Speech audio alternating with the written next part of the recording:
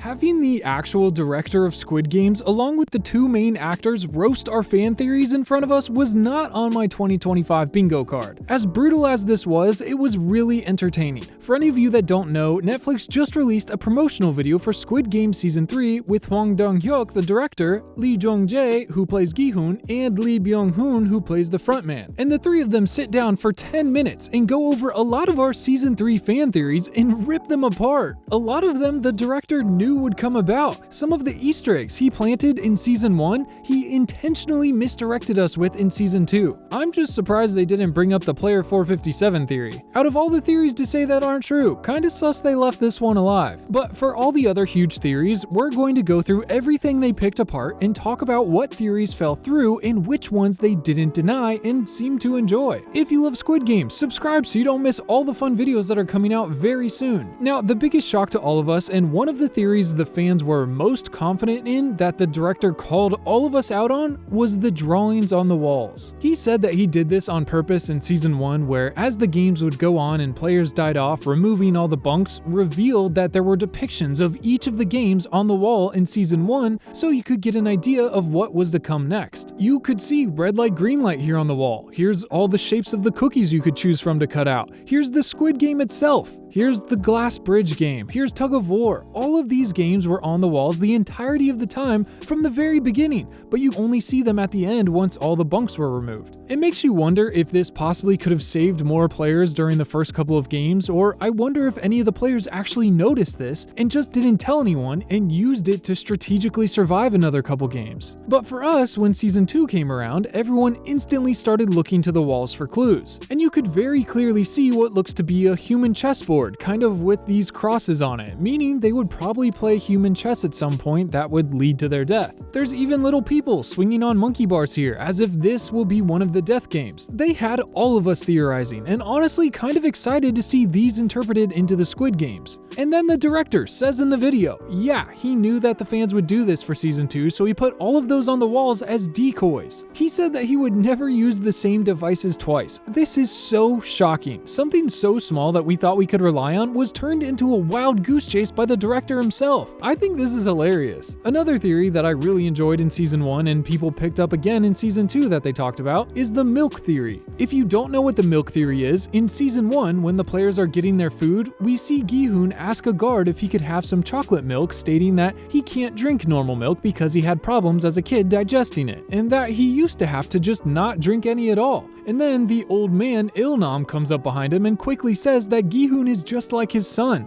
that his son would get in trouble all the time because he couldn't have milk either. This obviously made many, if not all of us, believe that they were possibly insinuating that they could be related. What if Gi-hun was the old man's long-lost son? And then in Season 2, the same thing happens with the frontman. They go out of their way to announce that Inho as well is lactose intolerant. He tries to give his milk away, saying he can't have it either, making all of us do the same thing all over again. What if now Inho is the old man's son since he's lactose intolerant? What if him and Gi-hun are both his sons? Would that make them stepbrothers? So many thoughts racing through our minds, all for the director to come out in a video and say this. 신우이를 못 먹는다고 해서 다 부자지간은 아닌 걸로 꽤 많이 못 먹기 때문에. What? Are you kidding? You went out of your way to give both of your main characters lactose intolerance only to say this? I mean, that's kinda hilarious if we're being honest. Apparently he just put it in there as one of his devices to make the frontman more provoking to people, but I don't know. I think it's kinda hilarious that he was like, chill guys, just because they're both lactose intolerant doesn't mean they're related. It's so funny, but also then why did we make a point for both of them to not be able to have milk? I'm still on the fence about this.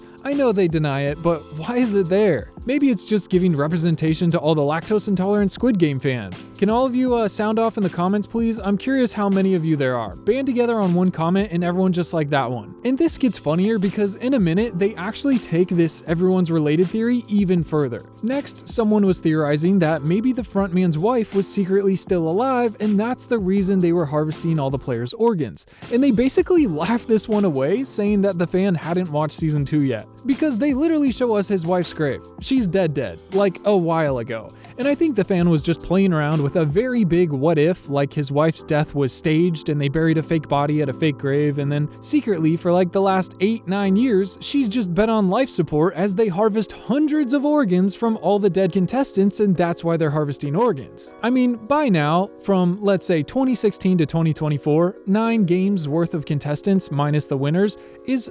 4,095 players. All those organs are going where now? She only needed 1 liver.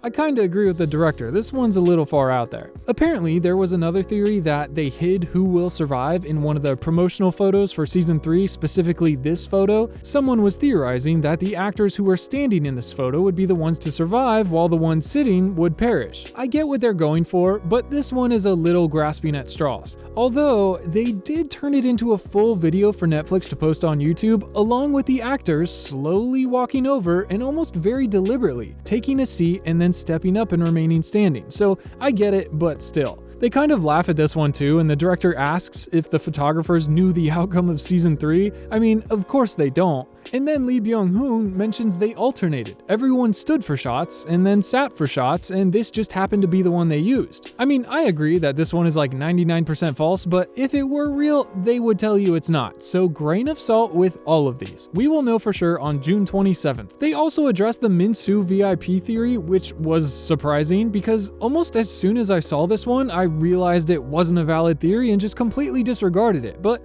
I guess it did get big enough to where I could see them mentioning it. In the credits, Minsu, the character, is credited to the actor Lee David, which is the Korean actor's English name, and in season 1, there's a VIP that was played by a David Lee. And I guess that was enough to send the internet into a spiral that 2 people's names could be that close they must be the same person. They go on to basically explain the difference and say, wow, maybe that is true, maybe he is a VIP. I guess you should watch season 3 and find out, which is kind of funny. It would be insane if they did that, but I doubt that would actually happen. They also read a theory that in the 2015 games, Inho, the frontman, most likely cheated to win. And I really like the response. All of them sit down and walk through the theory, basically writing the lore on the spot. The director himself and the actor, who has spent months creating this character and living in his thoughts, basically said that, yeah, Inho at the time of playing in the games was so desperate and he most likely would have been hyper-focused on doing whatever it takes to win, even if that meant playing a little unfairly. Personally, I would love to see a prequel season of Squid Games during the year that Inho played in them. I think this is honestly the move after closing out Gi-hoon's story with season 3.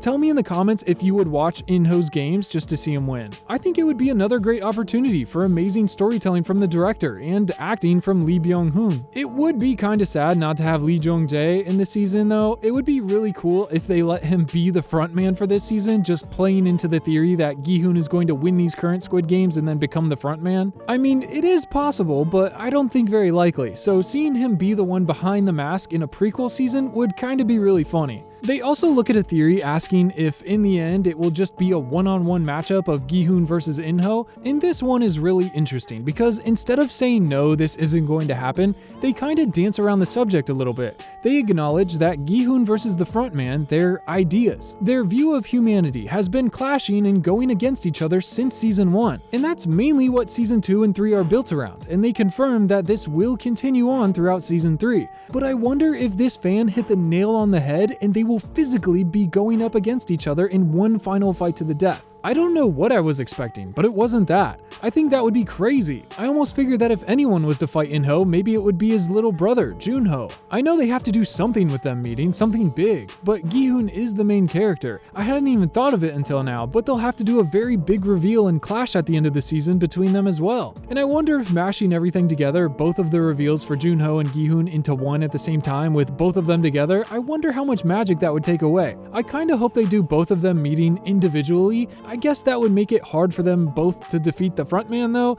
Maybe he'll kill one of them and then the other will kill him. That would be crazy. Now, they also talked about the Gi-hoon theory about how he might win the games and then become the new frontman, and it was so interesting to watch how they all sat there and talked it through, asking what Gi-hoon would do in that situation. If he wins twice in a row and now has all that money, would he have all the riches he could ever need and then turn to seek power? Inho became the frontman after winning the Squid Games. It's not impossible for Gi-hoon to do the same. I mean, they're different in so many ways though. I feel like if Gi-hoon were to follow Inho's footsteps, it would completely negate everything so far. All the fighting for humanity, all the effort Gi-hun put in just to see him turn evil basically and become okay killing hundreds of poverty-stricken players each year would be so difficult. But I really loved how much the actors and director enjoyed reading all the fan theories online. Lee Byung-hun said that once he read that Inho might be Il-nam's son, he made up his own what-if backstory in his head where Minsu as well as Gi-hun were all of his sons, and they joke that Jun-ho might also be his son, and they think all those characters should get together and have a big family reunion. And it was really funny to watch. I'm really glad they sat down and did this. It was much different than watching them react to AI content. I don't know what that was. I'm just surprised they didn't mention the player 457 theory. To all of you lucky enough to not know about this, it's basically a ship between Gi-hun and Inho,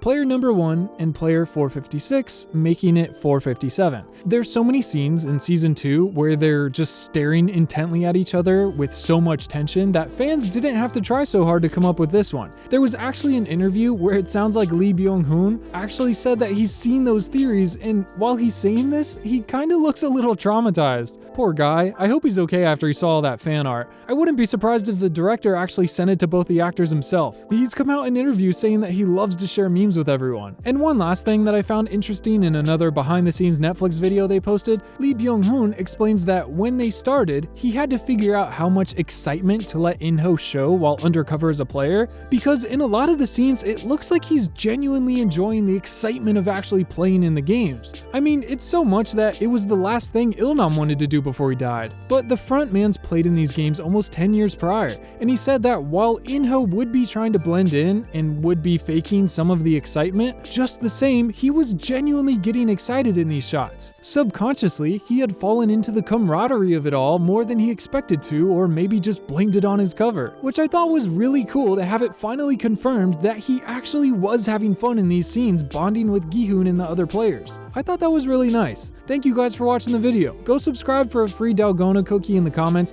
and I'll see you very soon with another video. Peace.